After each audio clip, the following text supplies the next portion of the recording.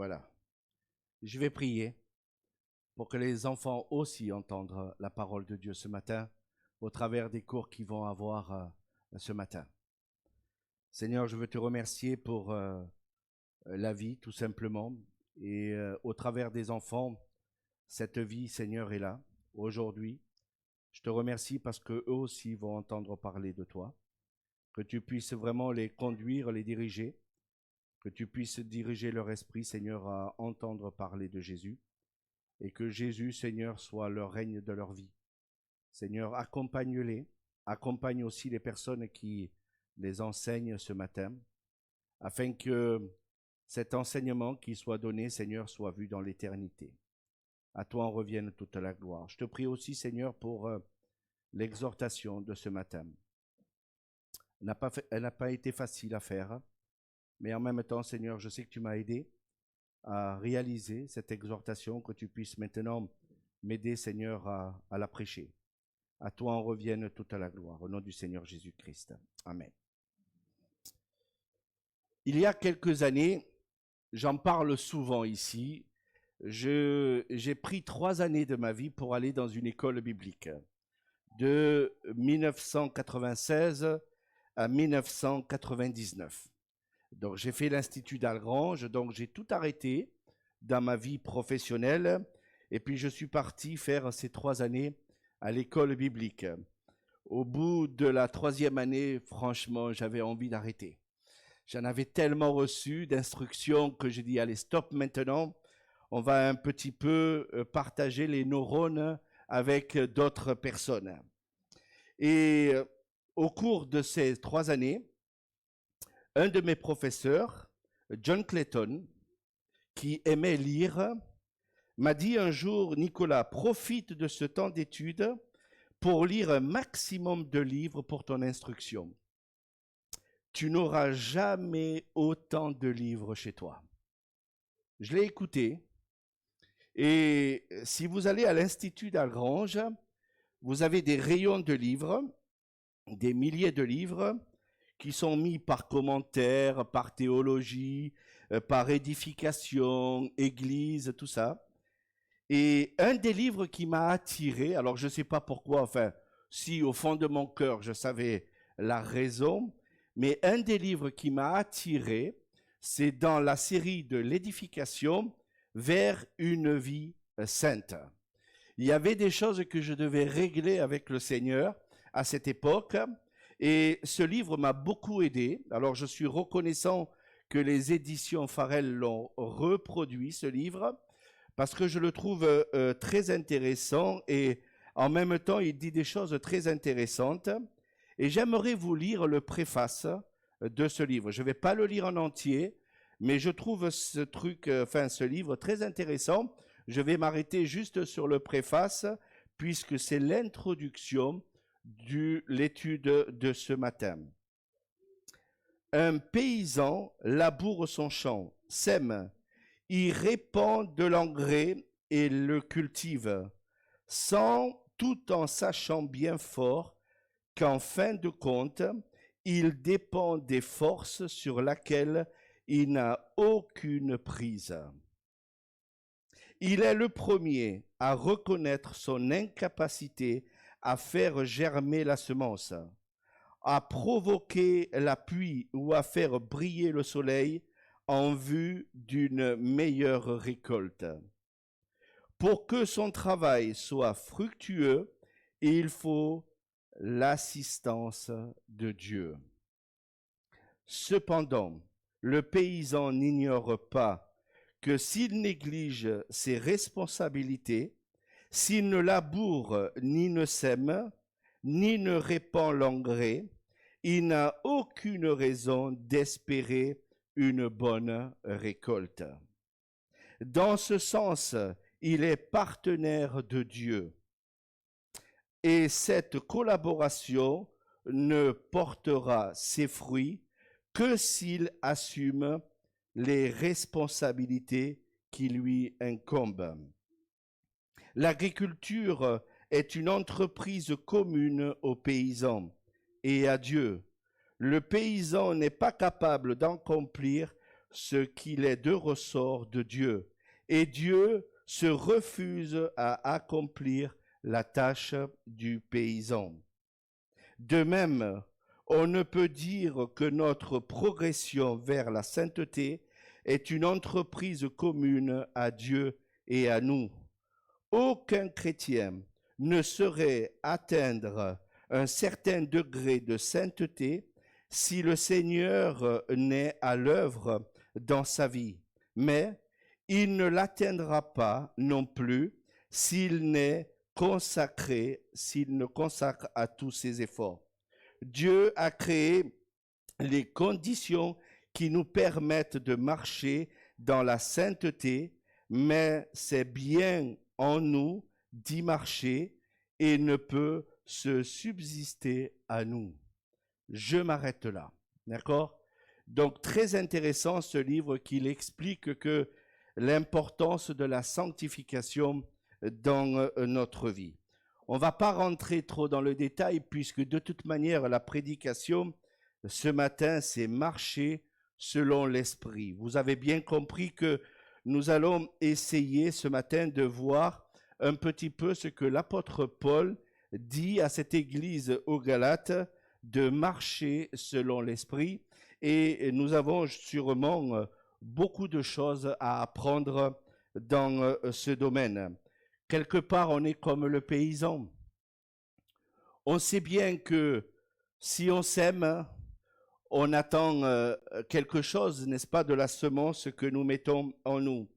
Et une des choses qui m'a travaillé au début de ma vie chrétienne et qui me travaille encore aujourd'hui, j'ai une responsabilité de mener une vie à la lumière de la parole de Dieu. Ça, c'est ma responsabilité. Dieu ne fera jamais ce que vous devez faire à la place. C'est vrai que le Seigneur nous a donné le Saint-Esprit.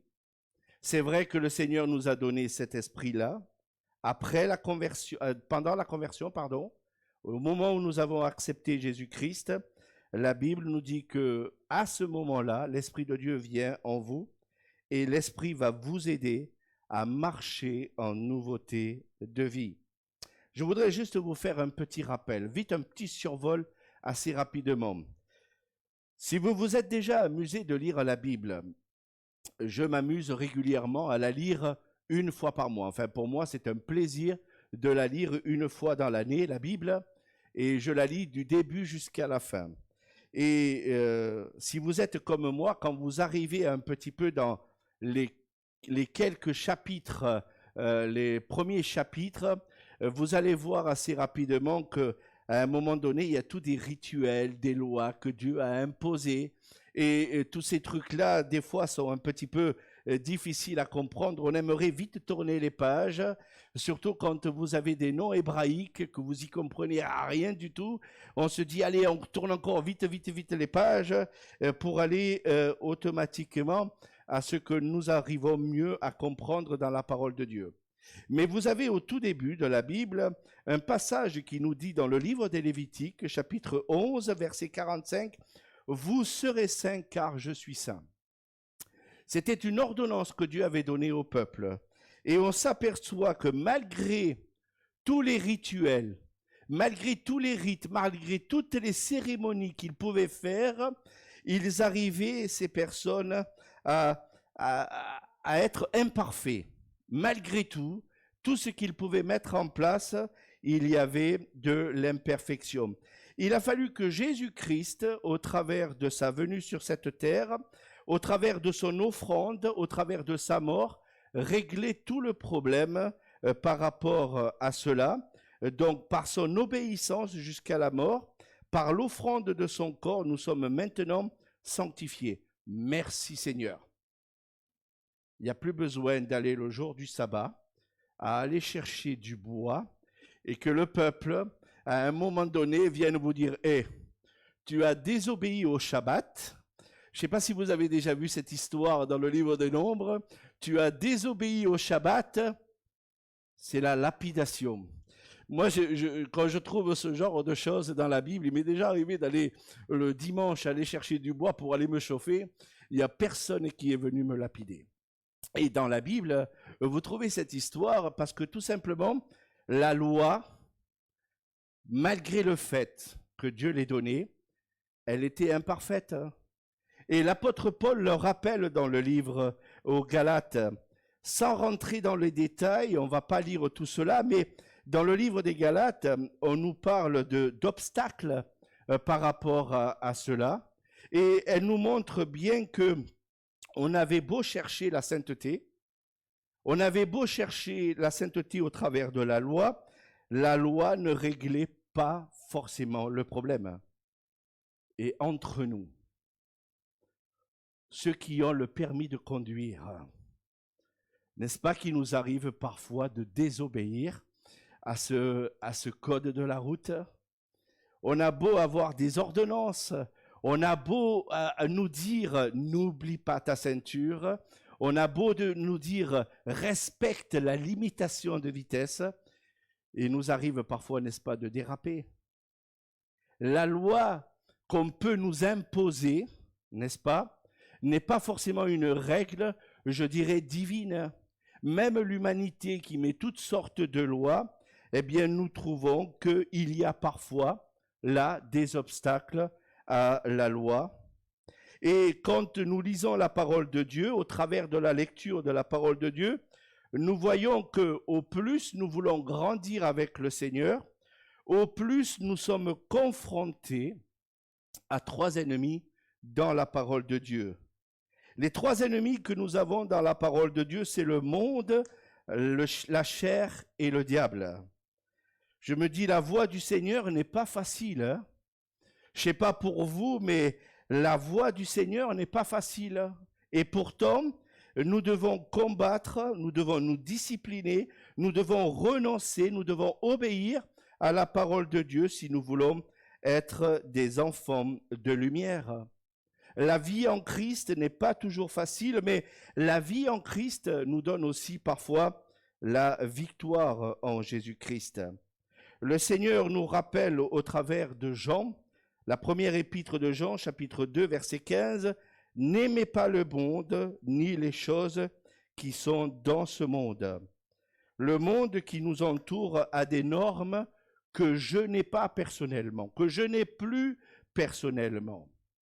Même si je suis né physiquement dans ce monde, le Seigneur me rappelle régulièrement de ne pas me confondre dans ce monde, d'être différent de ce monde. J'ai appris dans ma vie chrétienne à avoir d'autres valeurs dans ce monde. J'ai appris dans ma vie chrétienne à avoir d'autres attitudes dans ce monde. J'ai appris dans ma vie chrétienne à avoir d'autres désirs dans ce monde. J'ai appris dans ma vie chrétienne à avoir d'autres objectifs dans ce monde. Le monde va à sa perdition, nous le savons. Il suffit de le regarder, le monde sans Dieu va à sa perdition. Nous avons besoin de nous rappeler cela constamment et de nous dire, eh bien oui, les valeurs de ce monde ne sont pas les miennes, les attitudes de ce monde ne sont pas les miennes, les désirs de ce monde ne sont pas les miennes, et j'ai besoin de faire tous mes efforts pour être quelqu'un de différent. L'apôtre Paul va nous exposer trois ministères du Saint-Esprit, et tout d'abord, il va nous montrer une chose importante dans le livre aux Galates, chapitre 16.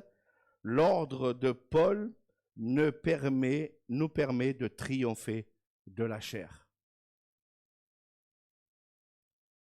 Les deux sujets exposés dans l'épître aux Galates sont la loi et la grâce. Et Paul rappelle que nous montre à plusieurs reprises qu'elles sont incompatibles, que ce soit le moyen de salut ou même le moyen de sanctification. La loi ne peut pas régler tous les problèmes.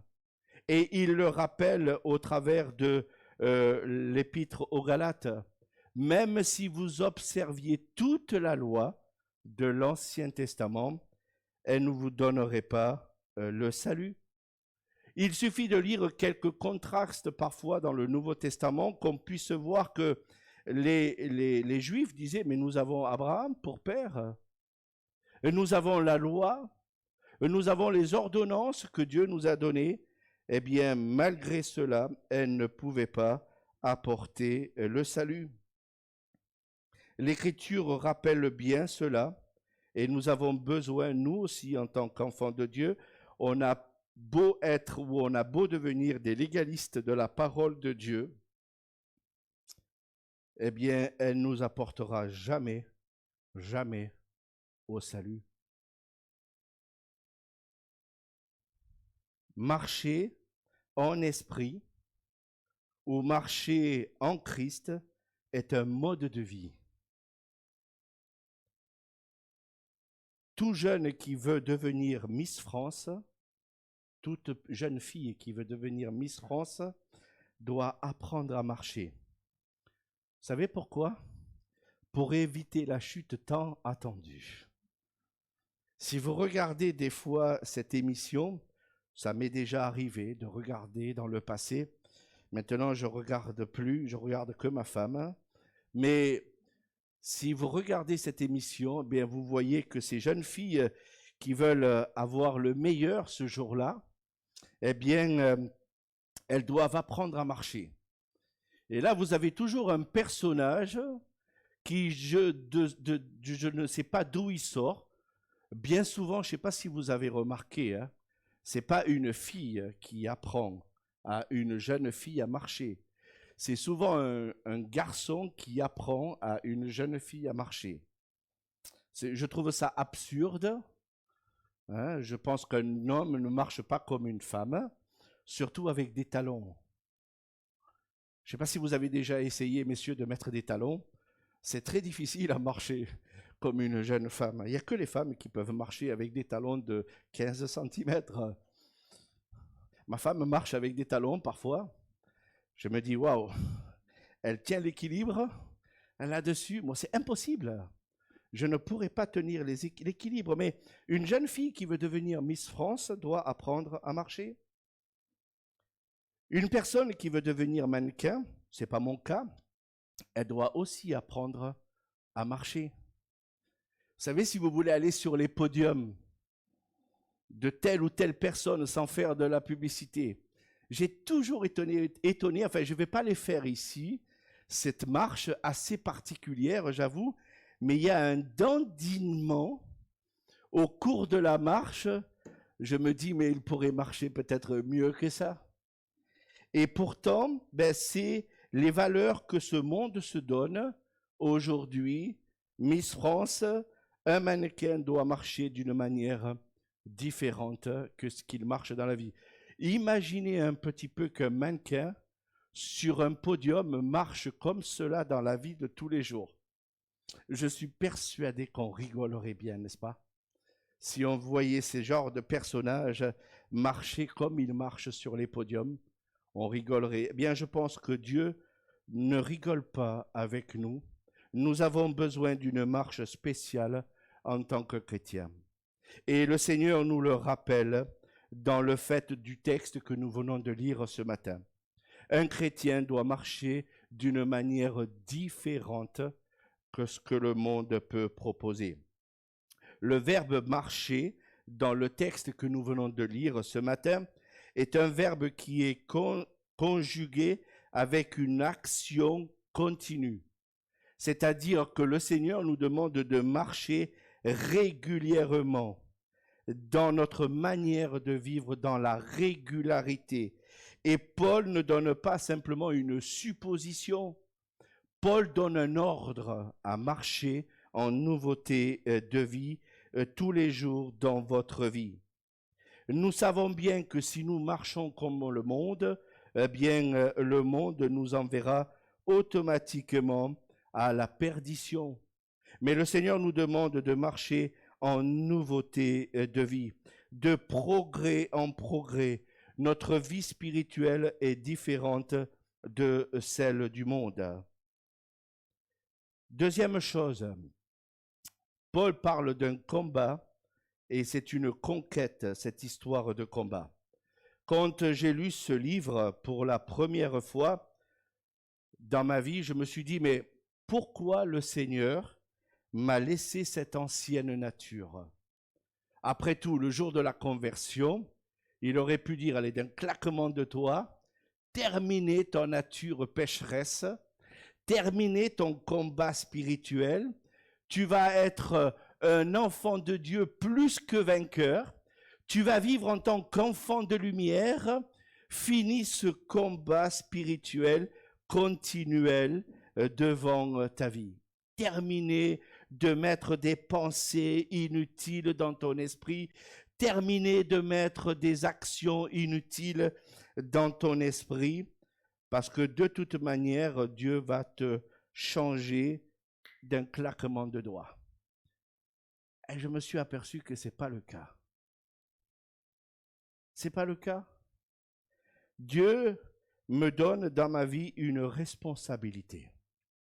Et cette responsabilité demande parfois un effort. Et cet effort, Dieu me dit, mais Nicolas, tu ne seras pas tout seul dans cet effort. Je te donne l'Esprit de Dieu pour t'aider dans cet effort. C'est vrai que tu vas lutter avec ta nature pécheresse. C'est vrai que cette nature pécheresse est en conflit avec la nature spirituelle. Mais t'inquiète pas, tu vas être plus que vainqueur. Je ne te l'ai pas enlevé parce que je veux que tu te rappelles que sans moi, tu ne peux rien faire. Tu es dans ma responsabilité. Il va y avoir des moments dans ta vie, c'est vrai, mais sans moi, tu ne peux rien faire. Je vais te délivrer de cette nature pécheresse si tu me fais confiance. Je vais t'aider dans ta vie de tous les jours si tu apprends à me faire confiance.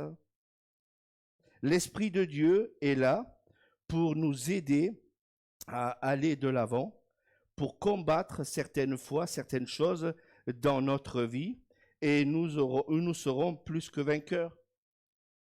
Et il y a des fois, il y a des combats qui sont gagnés, d'autres ne sont pas gagnés. Faut le dire, faut l'avouer. Il y a des fois, il y a des combats qui sont gagnés. J'ai gagné certains combats, pas tous, mais j'en ai gagné quelques-uns. Au début de ma vie chrétienne, j'ai abandonné de fumer la cigarette. Il y avait un frère un jour qui me disait régulièrement, Nicolas, fumer n'est pas biblique. Fumer n'est pas chrétien.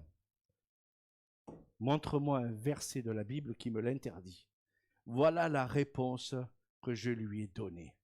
Montre-moi dans la Bible que c'est interdit. Bon, ce frère avait de l'expérience.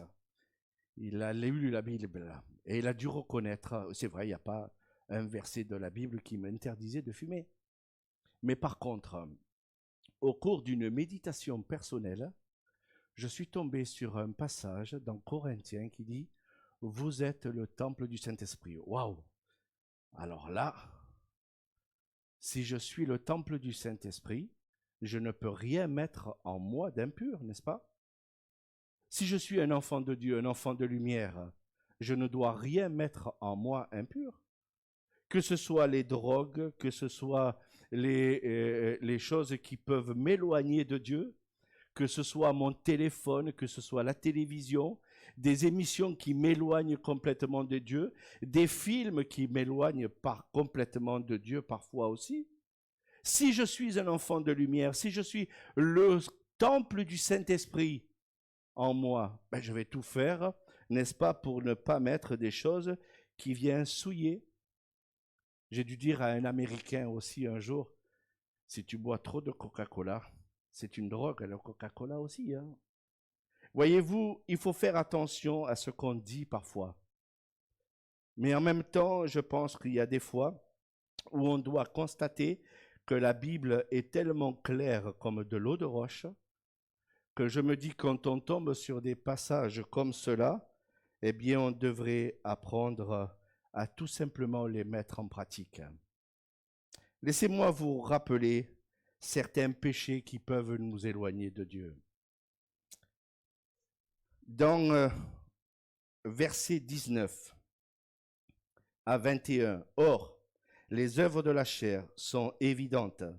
Ce sont la débauche, l'impureté, le dérèglement, l'idolâtrie, la magie, la rivalité, les querelles, les jalousies, les animosités, les disputes, les divisions, les sectes, l'envie, l'ivrognerie, les excès de table et toutes les choses semblables.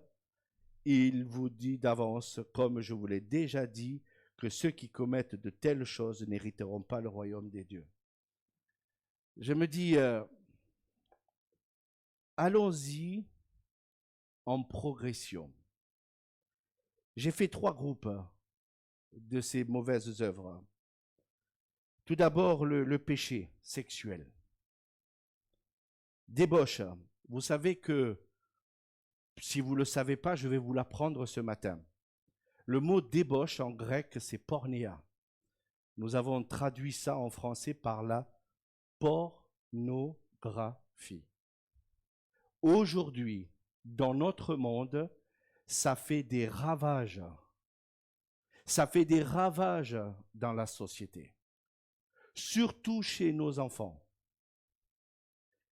Beaucoup de vos enfants, peut-être que vous ne le savez pas, mais s'ils ont un téléphone portable, beaucoup de vos enfants ont déjà dérapé avec cette affaire.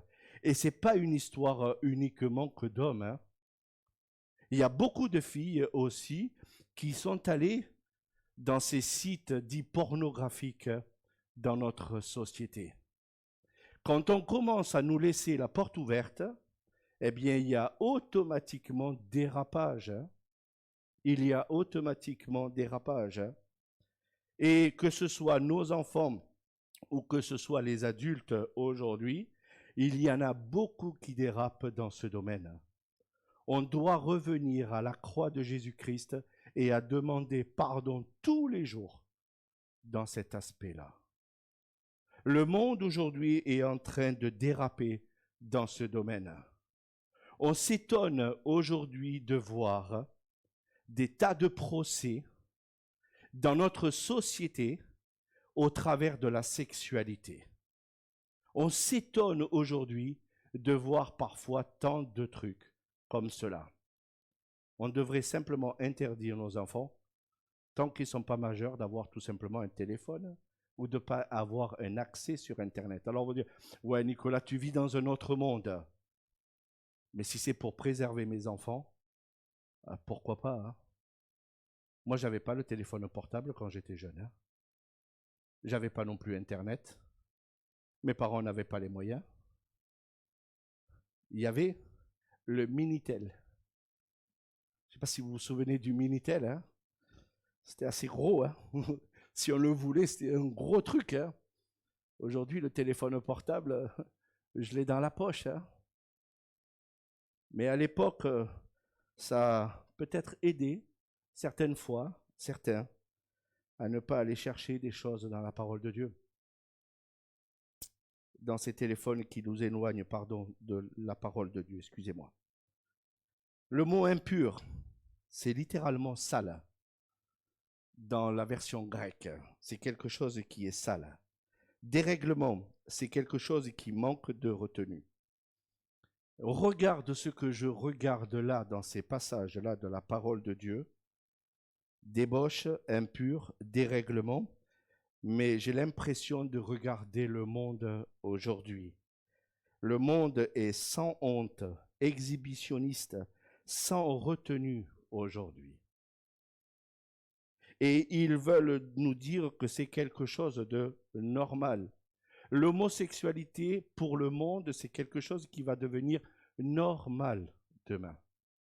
On nous le met dans toutes les sauces, dans toutes les émissions à la télévision. On nous les met dans toutes les séries aujourd'hui, dans les émissions de télévision. Que vous allez voir de plus en plus à la télévision 2 femmes qui s'embrassent, 2 hommes qui s'embrassent. Ça va devenir quelque chose de naturel dans notre société demain. Et ça devient quelque chose de naturel. Si vous dites à quelqu'un, non, non, non, oh là là, Moi, je ne vais pas regarder cette émission, je ne vais pas regarder cette série, je ne vais pas ceci. Bah, tu connais rien, Nicolas. Tu t'éloignes du monde. Mais franchement, en toute honnêteté, je préfère m'éloigner de ce monde, hein, parce que ce monde va complètement à la perdition. Ce monde va complètement à la perdition. C'est mon choix, c'est ma vie. Je suis adulte, je fais ce que je veux. Eh ouais, c'est ce qu'on entend souvent, n'est-ce pas? Je suis consentant, je suis consentante. Ouais, mais quand on parle d'un enfant qui a 11 ans et qui fait quelque chose avec un adulte, je me dis, c'est du péché, ça, hein. C'est un péché. Le péché sexuel nous éloigne de Dieu. Et un enfant de Dieu doit s'éloigner des choses comme cela. L'idolâtrie, pas de problème, c'est l'adoration des images, n'est-ce pas? Il y a beaucoup de gens qui vont dans... Je suis issu de cette église, sans la nommer, mais il y a beaucoup de gens qui quittent l'église aujourd'hui, l'église, je dirais, traditionnelle en France, en Europe, dans le monde, à cause des images. Mais il n'y a pas que ça, vous savez. Quand vous regardez la magie, les rituels, les drogues, l'élixir de jouvence, vous savez, on est pareil, hein, c'est exactement la même chose, hein. Aujourd'hui, c'est caché, hein. Ce genre de choses, c'est quelque chose qui est caché, bien souvent, mais c'est exactement la même chose. Ça nous éloigne complètement de Dieu. Alors la magie n'a rien d'exceptionnel. Il y en a certains qui font disparaître une pièce, un foulard, ils nous font apparaître une colombe qu'ils ont mis la plupart du temps dans leur manche, n'est-ce pas? Ça, c'est pas cela. Mais c'est les choses qui nous éloignent complètement de Dieu, parfois. Ou les relations humaines, alors là, la liste, mes frères, elle peut être qu'instructive. Les rivalités humaines, elles sont nombreuses, hein? Les querelles, dans notre foyer, ça existe parfois, hein? Il n'y a pas besoin d'entendre le voisin qui crie, hein? Ça peut arriver chez nous aussi. La jalousie, c'est des choses qui arrivent parfois. Le mari qui est plus jaloux que la femme, ou la femme qui est plus jalouse que le mari. Où tu vas? Qu'est-ce que tu vas faire encore? Je vais simplement aller acheter du pain. Ah bon? Quelle est la rue? Le numéro?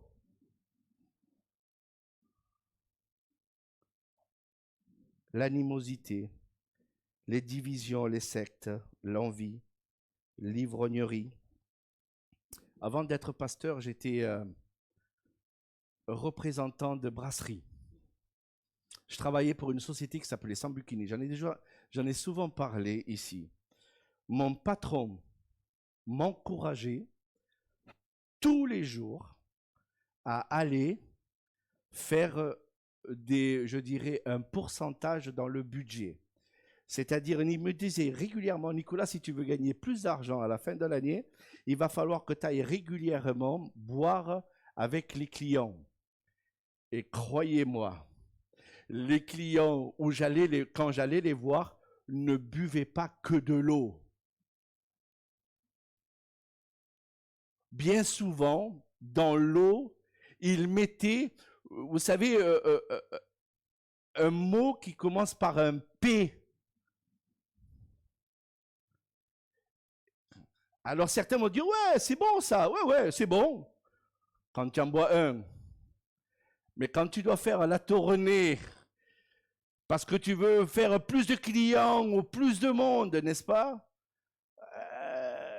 Il y en a certains, ils peuvent se retrouver par terre, hein, sur le comptoir, hein.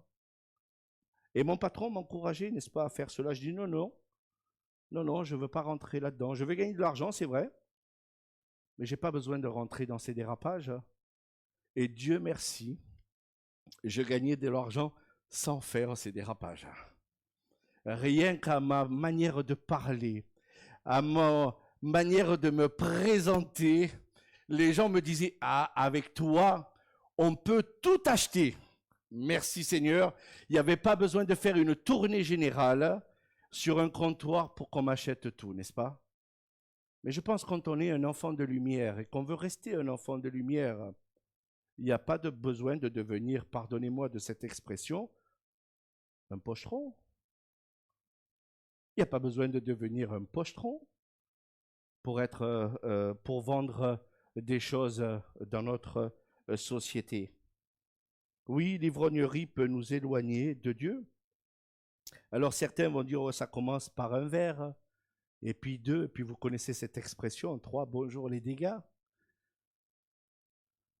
Mais l'alcool a éloigné beaucoup, beaucoup, beaucoup de personnes.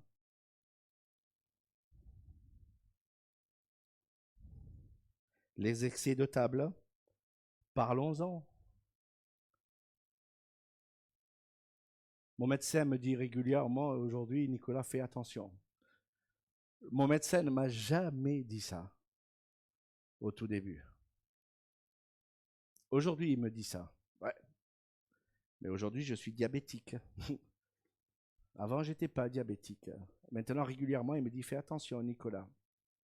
Fais de la marche. Ah bon? Eh ouais. Tout ça, on ne me le disait pas, n'est-ce pas, quand j'étais jeune. J'aurais bien voulu entendre ce discours quand j'étais jeune, ou peut-être je l'ai entendu, mais j'ai fermé les oreilles à un moment donné.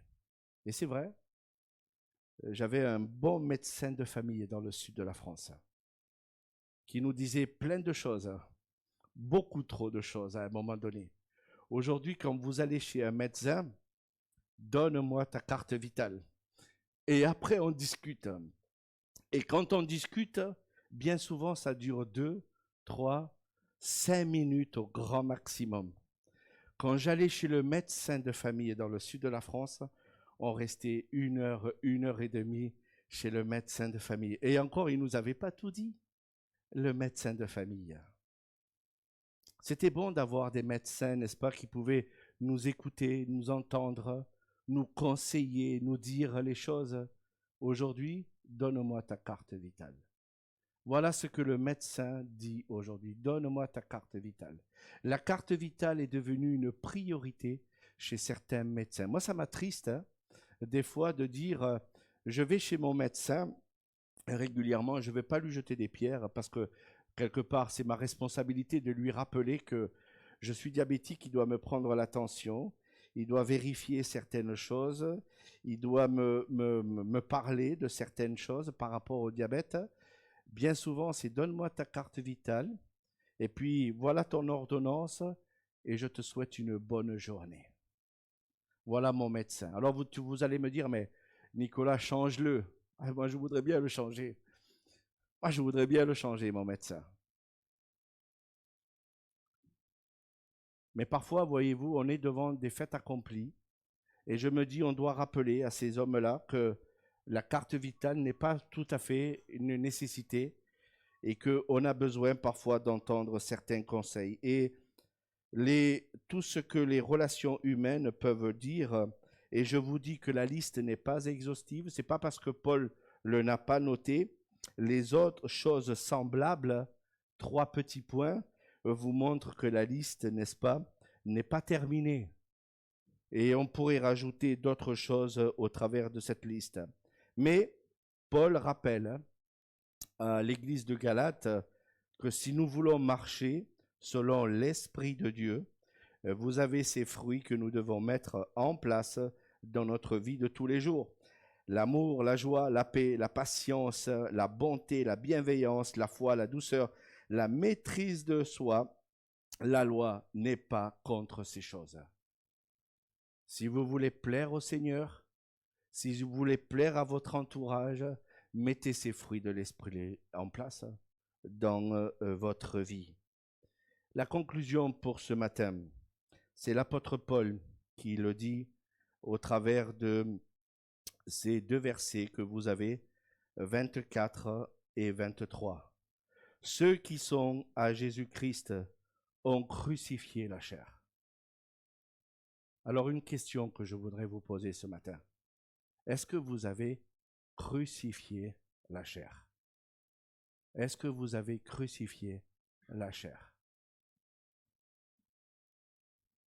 Avec ses passions et ses désirs. Vous êtes sans excuse, frères et sœurs. Hein? Vous venez d'entendre la parole de Dieu ce matin. Et vous devez la mettre en pratique. Vous devez tout simplement la mettre en pratique. Si nous vivons par l'Esprit, marchons aussi selon l'Esprit. Amen. Que le Seigneur nous aide au travers de cette prédication. On va attendre Gabriel qui doit descendre avec les musiciens pour qu'on entonne le dernier cantique de ce matin. Je vais tout simplement prier que le Seigneur nous conduise au travers de cette prédication ce matin. Et si vous avez un livre à acheter hormis la Bible, je vous encourage de l'acheter. Vraiment très édifiant pour la sanctification pour le chrétien. Vraiment très encourageant et très édifiant. Jerry Bridge est quelqu'un de très connu dans le milieu évangélique et nous avons besoin de nous en inspirer. Alors je vais prier et elle va descendre. Ouais. Seigneur, je veux te remercier pour cet instant ce matin. Merci pour ce rappel. Et nous savons bien, Seigneur, que nous avons besoin dans cette vie ici-bas à faire des efforts. On n'a pas encore arrivé à la perfection, loin de là. L'idée de dire, même si je mettais en place dans ma vie tous ces trucs-là, Seigneur, eh bien, ça réglerait tous mes problèmes. Loin de moi, Seigneur, l'idée de le penser. Mais nous devons faire nos efforts, Seigneur, à aspirer à cette sainteté. Seigneur, on n'est pas arrivé encore à ce point-là, mais nous te prions pour que tu puisses nous aider.